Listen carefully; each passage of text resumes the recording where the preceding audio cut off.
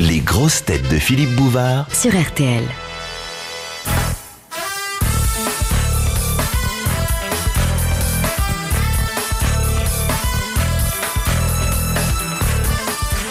Bonjour, la femme la plus jolie, la plus intelligente, la plus drôle et la plus mystérieuse des grosses têtes, Isabelle Mergo. Bravo, bravo, bravo.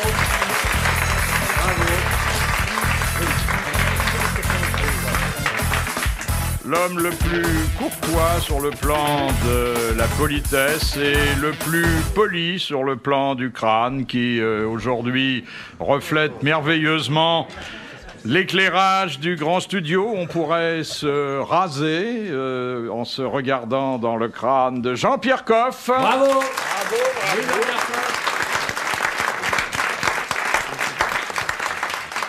Et en les regardant tous les deux l'un à côté de l'autre, j'ai l'impression que dans le studio, on a installé un escalier à double révolution, car il y a une deuxième pomme d'escalier en la personne de Guy Montagnier.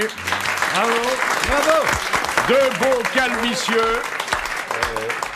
Mais d'ailleurs, si on se met l'un contre l'autre, regardez, vraiment très près de l'autre, vu de dessus, on dirait un peu les fesses de Claudia Schiffer.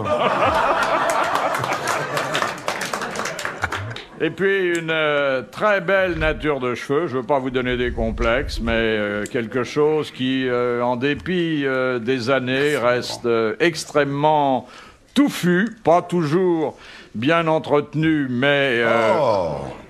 non, c'est pas... Je veux dire, c'est quelque chose d'un peu sauvage. Mais c'est aussi ce qui fait le charme de l'amiral Olivier de Kersauzon.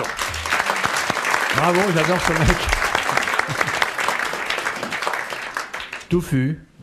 Un peu, oui. Par moment, quand je passe ma main sur mon crâne, je pense à Olivier. Je me dis, si j'en avais des comme ça. Parce que je le vois quelquefois, vous voyez, il a une façon de passer les doigts comme ça. C'est pour rassurer les bêtes. Et c'est quand même pas mal. Hein. Faut les rentrer au corral, là. Mais qu'est-ce qui vous coupe les cheveux, monsieur l'amiral? C'est moi, hein. Ah, c'est vous qui vous coupez les cheveux? Ouais. Ouais. Bah, vous donnez pas de pourboire la prochaine fois, ça vaut pas le coup, hein. Non, mais attends, je m'en fous de ce que tu penses, mais moi, c'est mes cheveux. Non, mais c'est les vôtres. Parce que toi... C'est ma moumoute acrylique, non, je sais. Non, c'est pas ta moumoute, mais on n'est pas sûr que ce soit tes cheveux, parce que moi, c'est mes cheveux. Voilà. Vraiment. À mon avis, je crois que quand Martin parlait de ta moumoute acrylique, il était médisant. C'est des implants, mais c'est des implants. Oh, oui, c'est pour ça qu'il a le nez de plus en plus gros. Première citation de Madame Bonpied de Bonneuil, qui a dit « Si toutes les femmes étaient fidèles, avec qui les hommes tromperaient-ils leurs femmes ?» C'est une femme qui a dit ça. Non. Sacha Guitry. Non. Ah, faut pas répondre à la question. Faut trouver le... Oui. Ouais. J'allais... Mort. Mort. Il y a longtemps. Il est mort il y a... Ah, il est mort, donc c'est un monsieur. Une vingtaine d'années. C'est un Français. Audiard. Français. Ouais. Non, c'est pas Audiard, qui est mort d'ailleurs moins... Pagnol. Non, Roussin. il n'a rien d'un académicien, c'était un non-conformiste. Blanche. Qui? Blanche. Oui, Francis Blanche. Bonne réponse de l'amiral. La fumée vous gêne, Philippe? Vous le dites, on est 4. Oh là là là là là là, quelle horreur. On dirait une locomotive ou vous êtes le wagon de queue? Le temps d'air. Ah oui, c'est sûr que Deuxième moi, citation que nous devons à Monsieur Lattré, qui a dit « Pourquoi est-il si difficile de trouver un cadeau de mariage qui ait vraiment l'air de coûter aussi cher qu'on l'a payé ?» C'est très drôle, ça. Francis Blanche aussi. Non, c'est... Il est mort? Il est mort il y a plus de 50 ans. Oh là, bah alors. Nous ne l'avons pas connu, mais ses pièces sont encore à l'affiche. Sacha Guitry. C'est Courteline. Courteline. Bonne réponse d'Isabelle Mergo.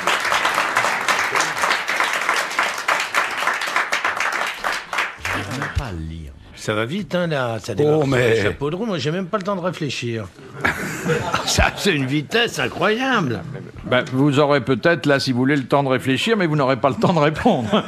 On a sauté. C'est comme ça que ça commence. Hein, C'est bien, c'est bien. On a sauté non, de mais la je suis chevrette content au Monégasque. qu'on parle pas de cul, tout ça, que ça se... Oui, c'est agréable. Attends, ça va venir. Hein Attends, ça va venir. Très sérieux. Attends qu'il nous trouve une question salace, tu vas voir, avec des doubles sens et tout. Vous avez besoin d'excuses maintenant pour parler de cul? Question de Monsieur Blavier. Où trouve-t-on des miroirs de courtoisie? Dans les toilettes. Dans les voitures. Non, dans les voitures. Ah oui, Dans les Ah, voitures, soleil. exactement. Et oui, c'est le petit miroir situé à l'avant droite, généralement. Passager. Et oui, ça dépend. Et conducteur aussi Et maintenant. conducteur. le conducteur aussi, Oui, oui. on peut se maquiller en conduisant, c'est pas dangereux du tout. Il n'y en a pas derrière. Quelquefois, mais bon ils sont incrustés À côté sur de les l'armoire. côtés. Ah oui, Ça, c'est dépend. les Oui, c'est vrai, ça rétroviseurs. dépend des voitures qu'on a. Oui, Dans les grandes voitures, Excusez-moi. Dans la voiture de Philippe, c'est le miroir à l'arrière, il est à côté de l'armoire. Tu vois où est le cheval d'arçon quand tu rentres. T'as le cheval d'arçon, tu marches, tu passes près des toilettes, la cuisine, tu montes le petit escalier, et là il y a une très belle armoire normande et il y a le miroir. Question de Monsieur Desfossés. Pourquoi Sissi, impératrice, reçut-elle 12 000 ducats de son époux le lendemain de sa nuit de noces? Parce qu'elle était bonne. Parce qu'elle était bonne. On devait payer à l'époque. Elle était vierge et c'était une indemnité de virginité. Ouais. Bonne réponse de Jean-Pierre Coff. Bon, C'est très on va inju- payer un coca, c'est tout. Et moi, rien du tout. Un coquin, toi? C'est tout. Mais c'était bien. Le coca? Oh. Non, le coca. Une telle vulgarité de t'offrir un coquin, ça devait être un voyou. C'était un fauché. Puis il était peut-être pas sûr que je sois vraiment vierge. Ah, un incompétent. Mais c'était un usage tout à fait courtois que de... Hein? D'offrir un coca? Non. Donner 12 000 ducats à une dame qui vous avait fait don de sa virginité, on savait vivre en ce temps-là. Ah ouais. Ah oui, entre un coquin et 12 000 ducats, c'est sûr qu'il n'y a pas photo. Question de Madame Corroyer de Dieppe. Que signifie le verbe encaquer? E-N-C-A-Q-E-R. Mettre en dans la caque, caque. mettre dans une caque, C'est-à-dire dans des un caisses saumures. récipient. Voilà. Et alors, ça se dit de qui? Des Des harengs. harengs. Des harengs. On met des harengs en caque. Et c'est-à-dire qu'on les sait, on les presse, on les sale, on les fume dans une barrique. Bonne réponse de l'amiral et de Guy Montagnier.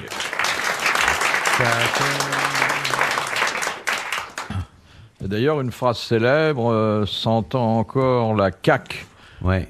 Qu'est-ce qu'il faut penser des harengs en caque, Monsieur Coff? Moi, j'ai un souvenir de hareng extraordinaire. C'était dans une île qu'Olivier doit connaître. Au Danemark, c'est l'île de Bormol. Bormol. Bornmoth. Ça existe, ça? Une île formidable. Dans le nord, dans le nord-est. Alors, on voit le matin, on arrive. C'est très, très joli. Hein, c'est un très beau paysage. C'est un endroit extrêmement pur. On va au port. On apporte des harengs à la fumerie. Et alors, les harengs sont évidemment par des femmes nettoyés, préparés, tétés, désarrêtés, ouverts en deux et posés sur des sortes de tiges de bois, comme ça, des morceaux de bois, et sont portés à l'extérieur où ils sèchent. Et ensuite, on les met quand ils ont pris l'air, tout ça, ça se passe dans la matinée, c'est rentré dans des cheminées qui sont chauffées avec du bois d'aulne, avec des personnages extraordinaires qui ont des sortes de grosses serpillières qui, en même temps, mettent de la fumée sur le feu. Enfin, c'est très étonnant. Et on sert ça avec du jaune d'œuf. L'île de Bornholm. C'est un tout petit endroit, absolument ravissant. C'est au-delà du délicieux. Le hareng frais, comme ça, juste fumé, servi tiède, sortant du four, et les gens viennent de partout. Ils font ça... Il est servi dans la serpillière ou... Non. Oh, ne soyez pas toujours comme ça, cherchez-le. Non, il est servi dans une assiette avec un jaune d'œuf et de la ciboulette et c'est absolument délicieux. Voilà, point. Vous me demandez mon avis sur le hareng, je vous le donne et ça ne justifie pas qu'on en rigole. Servi sur une serpillière. Pourquoi vous dites ça? Vous ricanez? Mais parce que vous nous avez dit que... N'oubliez pas qu'à l'intérieur du hareng, il y a des bouvards. Alors ne vous moquez pas, s'il vous plaît. Hein? Quoi, des bouvards? Oui, les bouvards sont des harengs qui sont vides, C'est pas désespérés, vrai. sans œufs, sans rien, sans aucun sperme. Voilà ce que c'est que du bouvard. Du bouvard vidé de sa substance. Vous voyez ce que c'est? Alors, faites attention quand vous poserez des questions sur le hareng, de ne pas vous faire envoyer un bouvard à la gueule. pardon de dire ça, mais en fait, je suis très méchant parce que les bouvards, ce sont justement quand ils sont pleins, remplis de sperme juteux, de semences délicieuses. Ah bah vous portez bien votre nom alors. Je voulais plaisanter. Ah, Je rappelle que la vache bouvarde est une vache qui a beaucoup de tempérament. Elle est pas hein. folle, la En vache ce moment, bouvarde. Elle est il pas faut folle. pas- c'est pas un sujet. ça. Elle est pas folle. Question de... Mou, mou, mou. Question de Madame Marie de Hardre. Qu'est-ce qui remplace une étoile qui meurt? Ben, Un rien. trou noir. Un trou noir. Bonne réponse de Guy Montagnier. Un trou noir. Oui, c'est l'effondrement gravitique sur elle-même qui entraîne cette naissance d'antimatière. Dans la gueule. Et toc. Question de Monsieur Sultan. Qu'est-ce qui fut inventé pour dissimuler la grossesse de l'impératrice Eugénie? Eh ben, Une robe. les robes empire. La crinoline, il l'a dit. Bonne réponse de l'amiral, mais c'est Isabelle Mergot qui a fait le geste. Ah, je sais pas, ça s'appelle- père de l'enfant qui a fait le geste. Ça, c'est les deux copains qui croisent une fille comme ça, une portugaise qui marche comme ça sur les Champs-Élysées. Très jolie fille, mais elle porte une robe comme ça, bien large. Alors il fait, ah, dis donc, t'as vu la robe à baleine? C'est pas une robe à baleine, c'est une robe à crinoline, ça. Mais non, c'est une robe à c'est des baleines. Non, c'est une crinoline. Mais si, c'est des baleines ou du panier. Non, si je te dis c'est une crinoline. Oh, bon, on va lui demander. Pardon, mademoiselle. Oui, qu'est-ce que vous voulez savoir? Votre robe, là, c'est quoi qui a fait gonfler? Baleine ou crinoline? Non, non, je me crêpe le poil.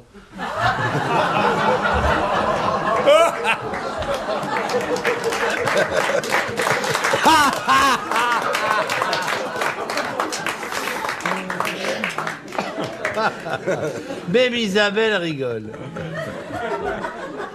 Question de Monsieur Lattré. En cuisine, qu'est-ce qu'on appelle un mimosa? C'est du jaune d'œuf, Ah oui. enfin un œuf dur haché. Exactement. Oui. Bien sûr Eh que oui. oui. Eh oui. Comment non? Un œuf Ah ça dur. c'est mimosa, ils font des œufs carrés, ils font des œufs au mètre, mais ils n'ont pas encore fait du mimosa sous plastique. Là ils n'ont pas osé. C'est qu'ils ont fait des œufs carrés maintenant. C'est pas vrai. Ah, ben ça, ouais, mais ça fait vachement. On fait une Ah ouais, mais chirurgie non. esthétique au pouls. Ça fait vachement mal au cul des poules, ça, à pondre. Non, mais pas carré, mais une fois que c'est fondu, on les met dans des espèces de cubes en plastique. Une cruauté, ça. Et alors, surtout, ils font des œufs tout en longueur. Ouais. C'est pas, vous savez, dans les, Ah, ça, dans pardon. les, Du jaune d'œuf au mètre, on dans achète. les restaurants d'entreprise ou dans les restaurants universitaires où nos pauvres enfants ou petits-enfants vont dîner dans les cantines scolaires, ils mettent toujours une rondelle d'œufs durs comme si c'était un spectacle sur une assiette d'avoir des œufs durs. Et alors, pour faciliter la tâche, eh ben, ils ont fait des œufs durs au mètre. Alors, on les coupe à la Mais comment tranche c'est comme ça. possible de faire un œuf dur au mètre Comment ils les mettent dans un moule, je sais pas comment ils font d'ailleurs, ça m'intéresse même pas, je trouve ça tellement vulgaire. Et alors ils ont un truc comme ça, c'est parfaitement moulé, le jaune est au milieu, le blanc est autour, et c'est dans des trucs, ils doivent vendre ça au mètre, je crois. Et en tube, ça existe aussi. Tu sais, des omelettes en tube. Ah ben les omelettes dans les restaurants, il y a des omelettes qui sont il y a des d'abord ils livrent des jaunes séparés des blancs, bon ça encore à la limite, mais maintenant on livre toujours pareil dans ces restaurants d'entreprise, ils livrent des omelettes toutes faites. Elles sont préparées, ils les réchauffent. Mais alors, vous achetez vos omelettes en tube? Non, mais ça existe, il paraît, aux États-Unis. Il y a des Ouais. tubes et puis il y a de. Puis les raies rouges sur le côté, c'est du dentifrice, ça s'appelle Signal. Question de Madame Pruvot. Qu'en dit-on d'une indisposition qu'elle est gravidique? Ça Qu'elle par pèse, rapport. qu'elle pèse, gravisse le poids. Alors, effectivement, c'est l'étymologie originelle. Quand on a mangé quelque chose qui passe pas. Non, non. On dit d'ailleurs de certains animaux qu'ils sont gravides. C'est quand c'est lourd à digérer. Non. Une indisposition gravidique qui ne se produit d'ailleurs pas sur n'importe qui à n'importe quel moment. Sur les femmes enceintes. Exactement. C'est lorsque l'indisposition est liée à la grossesse. Bonne réponse d'Isabelle Mergot.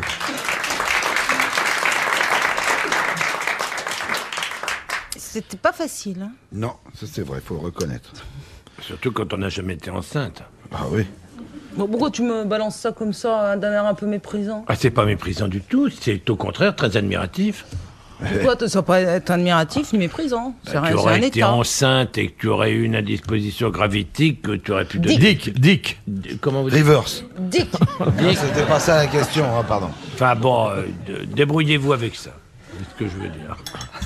On sait pas si elle a pas été enceinte. Hein Si, Dick je le Rivers. sais. Non. Votre teckel, comment vous l'avez eu? Mais je suis pas de teckel.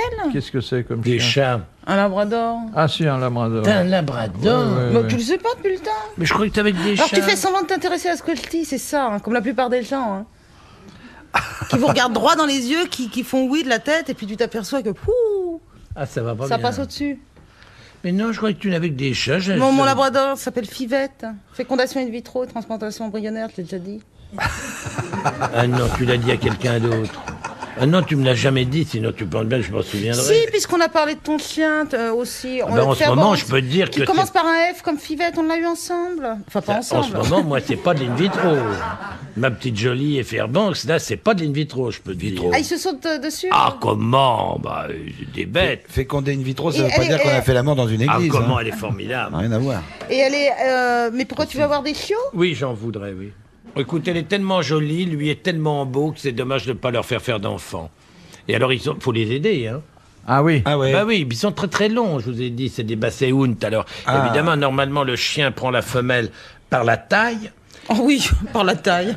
Bah oui, à la hauteur Ils vont se des hanches. promener au clair Non, de lune. mais non, pour la prendre. Ah, pardon. Il prend les pattes avant, on serre la taille de l'animal. Et là, ils sont tellement longs, c'est pas que M. Fairbanks aurait un sexe trop court. C'est pas ce que je veux dire, au contraire. C'est que la Mais- femelle a le cul trop loin. Mais tu vois, comme c'est des animaux extrêmement longs, alors il faut le prendre délicatement, et puis dès l'instant où on sent une sensibilité érectionnelle, alors à ce moment-là, on Comme le... c'est bien dit. Ah, Une c'est sensibilité érectionnelle. Et alors on le tire, on prend les pattes On et tire. on les En plus, met il tire son sur chien. les Il tire pattes sur les pattes avant de la femelle. Et alors à ce moment-là, il trouve effectivement le sexe de ma petite jolie et on guide évidemment d'une main délicate et on lui permet de s'introduire plus facilement. Ah, tu fais ça? C'est toi qui le fais? Bah bien sûr. Ah ouais. Et après, on les C'est fait mon bouger. chien.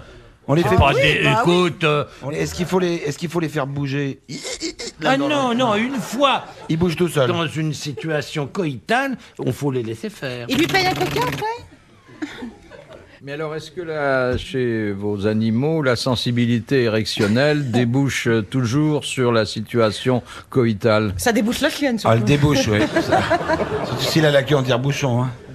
Non, mais si vous n'étiez pas là, par exemple, Oui, si t'étais Bah, pas si là. j'étais pas là, il serait sans arrêt sur elle. Et téléphonerait à Evelyne Leclerc, peut-être, puisqu'elle a un serveur maintenant. Si vous étiez pas là, il se marrerait beaucoup plus. Et pourquoi tu lui montres pas carrément? Comment je ne montre pas? Comment faut faire? Mais vous avez des journées qui sont très Entre les- occupées, oui, finalement. Entre les Passionnant. asperges, entre Le les matin, asperges, la le toilette sexe. intime des asperges. L'après-midi, la copulation des chiens. Et après, coucou le drap. Ah, mais moi, j'aimerais bien passer un week-end chez toi, hein. On doit pas s'ennuyer, hein. Oh là là. Tu m'inviteras? Évidemment, vous qui avez des journées très mornes, couchez les pattes en lait en attendant. C'est sûr En que attendant c'est pas quoi? comme ça que ça se passe chez moi. On vit dans la tradition. Tu mets la main à la pâte. Ah oui. Mais qu'est-ce que vous croyez? Avant, quand l'insémination artificielle n'existait pas, qu'est-ce qu'on faisait? On aidait les chevaux, on aidait les taureaux. Tout le temps, le paysan avait la main à la pâte. Qu'est-ce que c'est que ces manières? Enfin, vous avez l'air de bouder. Attendez, le paysan qui fait ça, il pense pas tellement au plaisir de l'animal. Qu'est-ce que vous en savez, si, vous si, qui êtes un si. citadin? Parlez un peu avec des paysans. Ils respectent les bêtes, merde! Oh non, c'est pas des tendres les paysans avec les bêtes. Alors là, Comment c'est pas des tendres? Ah, Ben, je non. suis désolé, Ah, si, les si, éleveurs si. sont des tendres. Ah, les ouais. types qui n'ont non. pas recours à l'insémination Ouais. artificielle. Et encore, Ils sont même souvent plus tendres que leur viande, les éleveurs. L'éleveur qui emmène une vache à l'abattoir, il est décomposé, il Ah oui, pleure. il pleure, faut pas triste. savoir. Souvent, il Bien sûr. s'habille en noir pour Ouais. aller à l'abattoir. Ah oui. C'est- Ils prennent soin Le quand même. paysan qui attache son chien avec 5 cm de lait, ça lui fait mal au cœur de faire ça. oui. Mais il est obligé, son chien a l'air tellement féroce. Le Mathieu, un jour, il avait reçu l'inséminateur, parce qu'on lui avait dit pour faire des petits à la vache, et il faut un inséminateur, puis il va prendre toutes les choses et mettre dans la vache, quoi. Ah bon, il dit... Et alors l'inséminateur arrive, il fait, bah voilà, monsieur l'inséminateur, venez voir, la roussette, elle est dans les tables, là. Ah oui, bien, c'est bien, bon. Et alors, je vous ai préparé une petite cuvette avec du savon et un clou pour accrocher votre pantalon. Question de Madame Toulousian. Qu'est-ce que le mâchon? C'est le casse-croûte de 10 heures dans la région lyonnaise. Bonne réponse de Jean-Pierre Coff. Et voilà. C'est exactement ça. On mange de la cervelle de canut, une rondelle de saucisson de Lyon, avec un peu de pommes de terre à l'huile. Enfin, bon. C'est entre le Du petit bonheur. déjeuner et le déjeuner. Ah oui, c'est 10 heures. Ah oui, le 10 heures, bien sûr. Bah, c'est l'heure à laquelle on commence à Non mais déjeuner. attendez, c'est un 10 heures un peu copieux quand même. À 10h plutôt C'est midi, un quoi. repas. Ah non, pas copieux, à table aussi, hein. On a en général, ça dépend des régions. Il n'y a rien de mieux que le casse-croûte de 10 heures. Pour à moi, condition de c'est ne pas le- se réveiller à 11h, parce que sinon... Non, mais Moi, en ce qui me concerne, je le saute toujours. Hein. Et j'arrive jamais à le choper, celui-là. tu te lèves à 6 heures du matin, tu prends une tasse de café, un bout de pain, un machin Ou un comme petit ça. vin blanc de... Non, non, non, non. non. c'est toi. C'est un petit vin blanc, mais ça. non, Si, mais petit non. vin blanc, c'est quand t'as à conduire. Non, mais ça, Quand t'as de la route vous à voyez, faire. vous tombez tout de suite dans l'excès. C'est pas, on prend un thé, un café, enfin ce qu'on veut le matin. De thé de préférence, le café, ou en tout cas pas de lait dans le café. Et puis, vous vaquez à vos occupations, vous allez vous promener. Par exemple, vous baladez vos chiens, et puis vous attaquez le casse-croûte de 10 heures. Ah, quel bonheur. Et ça vous coupe pas l'appétit pour le déjeuner? Ah non, vous déjeunez vers une Il heure. fait un une trou heure et normand à demie. 11 heures. Non, mais tout ça, c'est... Vous voyez bien, vous n'avez pas le sens de l'existence, de la vie. C'est formidable. Vous prenez un petit bout de lard froid. Vous savez, imaginez que vous ayez fait une potée au chou. Il vous reste un bout de saucisse de morteau, un morceau de lard Ça, si froid. j'ai fait une potée au chou la veille, je suis encore sous mon drap, hein. Qu'est-ce que vous faites? Vous la mangez à quelle heure? Écoutez, vous prenez votre morceau de lard, vous le tranchez comme ça, un beau bout de pain, mangez ça avec un coup de blanc, un verre de chavignol, un petit peu de chenin, un truc comme ça. À 10 Vous êtes heures. en forme. Ah oui, à 10 à heures, 11h15, vous Ouais, pétez le feu, vous pouvez travailler jusqu'à 1 heure, bah, si tu pètes une le heure feu, et tu vas sous demie. les draps. À 1h30, vous passez à table. Mais ça veut pas dire baffrer le mâchon. Ça veut dire, écoutez, une bonne poêlée de gras double, ça n'a jamais fait de mal à personne à 10h du matin. Ah franchement. non, Ouais, c'est bon. bah Ah oui, non, oui, là. non, non, c'est vrai. Ouais. Très bon. Toi, avec ce que tu bois, tu prends du gras normal, puis... Bon, écoute, Ça vous fait me comme si trouvez t'étais gros. gros, là. Non. Franchement, vous me trouvez gros. Non. Non, je voulais dire par rapport à la merde. vision, tu prends du gras normal, t'as du gras double avec ce que tu bois. Mais moi, j'aime le gras. Excuse-moi de te dire ça, le gras du cochon, moi, j'en ai marre de ces cochons avec 3 mm et demi de gras. Ça m'amuse pas du tout. Moi, j'aime le cochon avec de la belle ventrèche épaisse comme ça. Ah oui. Avec de la vous mettez cellulite. ça dans une poêle. Mais qu'est-ce que c'est que ces conneries, la cellulite? C'est parce que vous avez une alimentation tout à fait malsaine. Ah, c'est Mais vrai. si vous mangez ça normalement, un morceau... Qu'est-ce que faisaient nos anciens dans le temps? Ils mouraient ben, tous ils crevaient, maigres. ils crevaient Non, très c'est bien. pas vrai. Ils mouraient tous maigres. Bien sûr, regarde Louis XVI, il Vous vous était souvenez maigre. de ce que Francis Blanche disait? Mourez gros, mourez maigre, la différence est pour les porteurs. Bah moi, je vais vous dire franchement, j'aime mieux mourir gros, je me fous les porteurs, je leur laisserai une petite pièce dans une enveloppe, qu'ils le sachent, mais prendre du plaisir. S'il fallait que je passe ma vie entière à faire attention, à surveiller mon poids, à m'emmerder, à bouffer des conneries, eh ben ça ne m'amuserait pas. La vie, c'est avant tout du plaisir, et je crois qu'il faut en profiter. Voilà.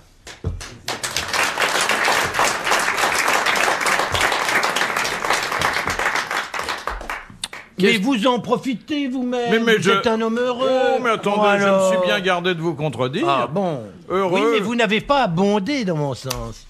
On peut ne pas être drogué et être un disciple d'Épicure. Ah, ça, c'est très subtil, oui. C'est bien Question, riche. question de Monsieur Rondon. De quel côté doit se tourner un Japonais au moment du harakiri? Du côté Du du, soleil. sabre. Du soleil Du levant. côté du soleil sabre, levant, sinon du il se soleil. rate. Sinon, t'es fou. Ça fait Oh non, oh Vers le non. fou- il doit se tourner vers le Fukuyama. Non. Vers le Vers soleil l'empereur. levant. Vers l'endroit où est l'empereur. vers Ah le- oui, c'est vrai. Exactement, vers le palais impérial. Bonne réponse de l'amiral. Question de Monsieur Scran de Dunkerque. Comment appelle-t-on une crème épaisse parfumée aux amandes? Une frangipane. Oui, frangipane. Bonne réponse d'Isabelle Mergo. On doit en vendre dans les supérettes, hein, sûrement, pour qu'elles connaissent. Ce qu'on met dans les... Frangipane. Dans la galette des rois. La Frangipane, galette des rois. c'est le truc que je savais, parce que la frangipane, j'adore ça. Ça te met dans les galettes. Et ça m'a fait bien plaisir de le dire avant qu'en fait, la frangipane, moi je connaissais. Que j'aime bien la cuisine, vous savez, Philippe. Question un peu plus difficile de Monsieur Tabar. Quel nom donnait-on jadis au roi des mendiants et des gueux qui siégeait dans la cour des miracles? Et d'ailleurs, c'est une expression qui est passée dans le langage, sinon courant, au moins encore actuel, Tu as raison, tu as raison. pour désigner quelqu'un qui n'a pas d'autorité, où tout va à volo. Pourquoi c'est entamé? La bouteille est entamée. Qu'est-ce que c'est que ça? Mais pourquoi? Bah, j'ai un vieux bouchon qui est cassé. Regardez-moi ça! Mais enfin, mes enfants. Non, mais c'est le vin de l'amiral. Ça se déglingue. Mais non, il... Ah, d'accord. Alors là, il a tous les droits. Non, je fais- Parce que je là, fais- j'allais dire, là, vraiment, on se fout de la gueule du monde. demi Le service n'est plus ce qu'il était. Je suis ton goûteur, pour t'éviter d'attraper des maladies. Ah non, mais je suis tout à fait partisan de partager, mais là, je le disais... Pas mauvais d'ailleurs. T'en as un petit peu? Ah ouais, c'est bon. Guy, Non, non, merci. mais qu'est-ce qui t'arrive? Ah bah, T'es malade, mon grand? mais j'ai pêché. J'ai pêché, avant j'ai bu un whisky coca. Alors je suis puni. Vous voyez, il vous restera quand même les 2 tiers de la bouteille. Non, parce que je vais partager avec Olivier. À mon avis, on fera moitié-moitié si on arrive à faire assez vite. Si on surveille bien, on fera moitié-moitié. D'ailleurs, vous nous excuserez, on peut pas répondre parce qu'on est en train de boire. Alors, j'insiste quand même, Oui, insiste, mon chéri. Oui. au nom de la culture et au nom de l'économie, parce que bon... Oui. Qu'est-ce que c'était déjà? C'était quoi ta C'était question quoi la T'avais une question Alors, il y avait la cour des miracles, vous savez, ça donnait un ruret au mur. Bon, chaque soir se réunissaient là les mendiants qui jetaient leurs béquilles, puisqu'ils reprenaient, et c'est pour ça que ça s'appelait la cour des miracles, leur véritable stature le soir. Ils élisaient tous les ans un roi qui portait un nom. Et d'ailleurs, on disait, et on dit toujours, ah, c'est la cour du roi... Salomon. Péto. Péto. Ah, c'est Péto. D'où le nom Pétaudière. ouais. Bonne réponse de l'amiral. Voilà. Et au Moyen-Âge, justement, il y avait un type qui travaillait, un menuisier qui travaillait justement pas loin de la cour des miracles. Et alors, un jour, sur cette espèce de grande scie qui travaillait automatiquement avec de l'eau qui amenait le mouvement dans une grande roue à aube, il fait pas attention, il glisse, schlac! Ah, le mec, il se coupe un bras, schlac! Oh, le bras part, vlan! Oh, il dit, c'est pas possible! Oh, plus de bras! Alors, le grand maître menuisier le chasse. Parce qu'à cette époque-là, c'était très très dur quand même. Il le chasse. Va-t'en ailleurs, maraud, tu trouveras du travail ailleurs, tu iras mendier à la cour des miracles. Il essaye de mendier, mais la concurrence est rude par là. Alors, il peut plus aimer, il peut plus boire des coups avec ses copains. Aimer, enlacer une fille avec ses 2 bras, impossible. Un seul bras, elle se fout de sa gueule. C'est terrible. Alors, il décide de se donner la mort. Alors, il monte dans le grand clocher de Notre-Dame, un des 2 grands clochers de Notre-Dame. Et puis il est là, au-dessus du vide. Ah, je vais me tuer, je vais me jeter dans le vide. Et à ce moment-là, il voit en bas un type totalement manchot, qui n'a pas du tout de bras, qui est en train de se dandiner, qui danse. Oh, mais qu'est-ce qu'il fait? Il n'a pas de bras du tout, il danse, il est heureux. C'est extraordinaire. Et moi, j'ai qu'un bras en moins, et lui, il a les 2 en moins, il est heureux, et moi pas. Ah, cet homme vient de me sauver la vie. Oh, je vais descendre, le serrer dans mes bras, enfin dans mon bras, l'embrasser. Ah, c'est fabuleux. Ah, il descend. Il voit ce pauvre manchot qui est en train de danser. Oh, merci monsieur. Quoi, merci monsieur, quoi. Ah ben, je vous ai vu danser, c'est une merveille, vous m'avez sauvé. Danser? Ben oui, vous dandiniez. Je danse pas, je me gratte.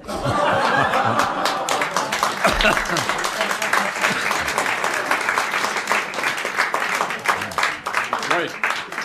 Enfin, bon, c'est une blague médiévale, donc elle peut être truculente et un peu leste. Ouais.